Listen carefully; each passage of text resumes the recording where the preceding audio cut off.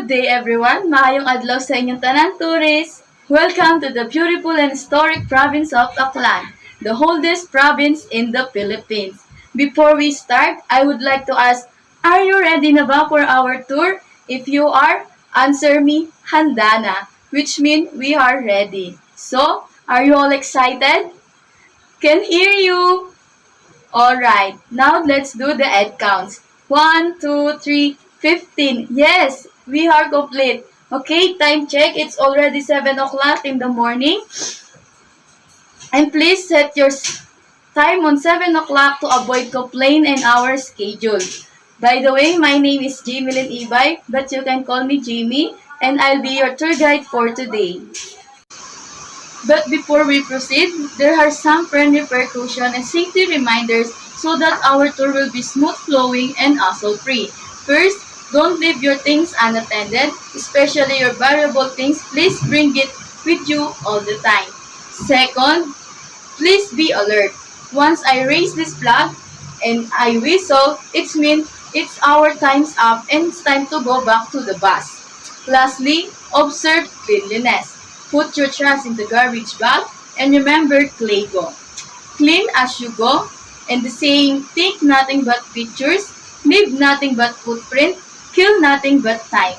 And I'm so happy to share with you the culture, history, and natural beauty that make Aklan one of the most special destinations in the Philippines. Alright, on the behalf of our team, I would like to welcome you to the oldest province in the Philippines, Aklan!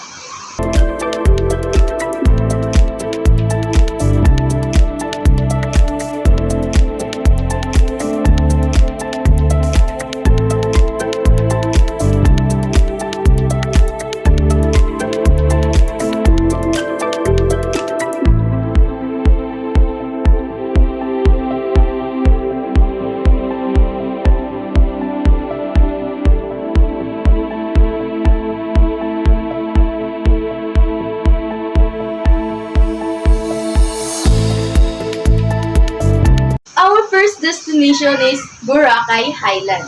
Boracay Highland is famous for its white sand beaches, particularly White Beach, which is divided into 3 stations with different vibes, and for its stunning sunset.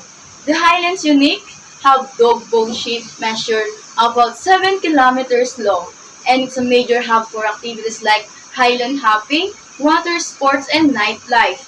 After an environmental rehabilitation in 2018, the Highlands now has strictly rules, including a ban on eating and drinking on the beach and a limit on the number of tourists.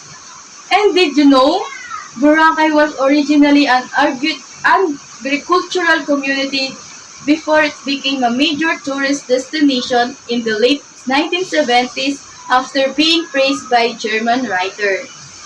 Okay, now there tourists, is this your time to walk around and you can take pictures?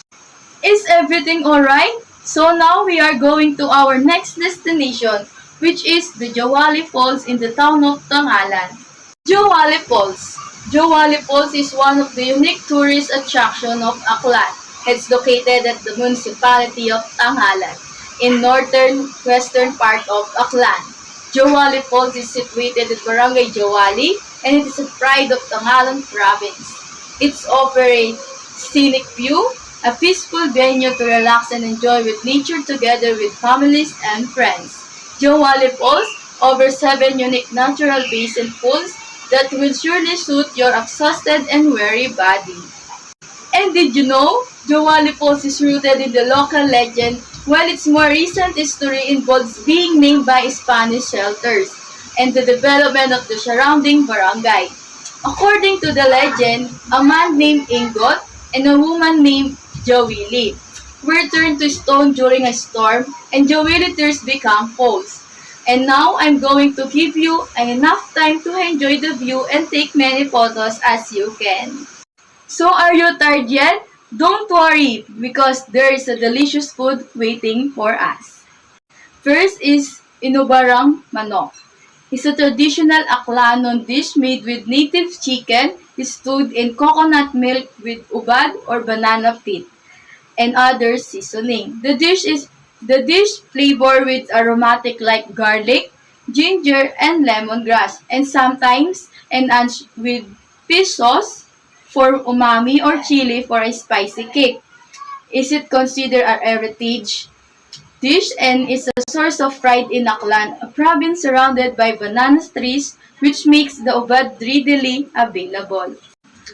Our second food is binakol. It's a traditional Filipino chicken soup native to the province of Aklan. It's a unique variation of the classic tinola or ginger soup, distinguished by its use for young coconut water as the soup base and additional of tender coconut meat.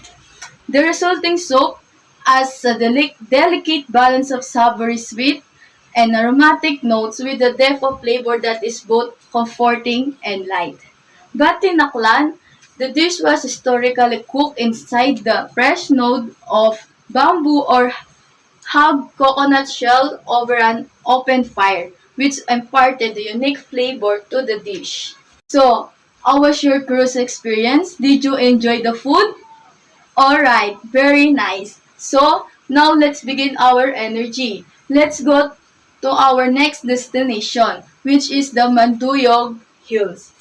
Manduyog Hills is a religious sanctuary and pilgrimage site located in Banga, Aklan, especially within the campus of Aklan State University.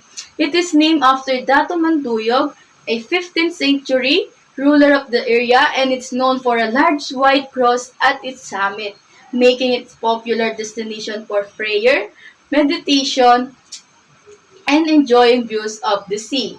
The path uphill features Station of the Cross, and it's particularly busy during the Lenten season. And did you know, local legends say Dato Manduyog was a wise and peaceful ruler of a clan in Portis, succeeding his father Dato Kalantiao. The hill was named in his honor to commemorate his leadership and faith. Now, we will be heading to our last destination, which is Bakawan Eco Park. Bakawan Eco Park in Kalibo, Aklan, have a 220 hectares mangrove forest that serve as sanctuary for birds and marine life. And it's managed by Kalibo, Save the Mangrove Association. Visitors can walk along 1.3 kilometers bamboo boardwalk to explore the park and observe wildlife like crabs and mudskippers. The park is popular for ecotourism, offering activities like walking the boardwalk, kayaking, and learning about the mangrove ecosystem. That's the end of our one-day tour here in Aklan. Is everyone okay and happy? Okay, let's do the head counts again. 1, 2, 3, 15. Perfect! I hope everyone enjoy and learn a lot from our tour. On behalf of Ventures Travel and Tours, we would like to thank all of you for choosing us to be part of your very unforgettable journey. I hope to see you again in the future tours. Again, my name is Jamie, and mahayong gabi and goodbye everyone.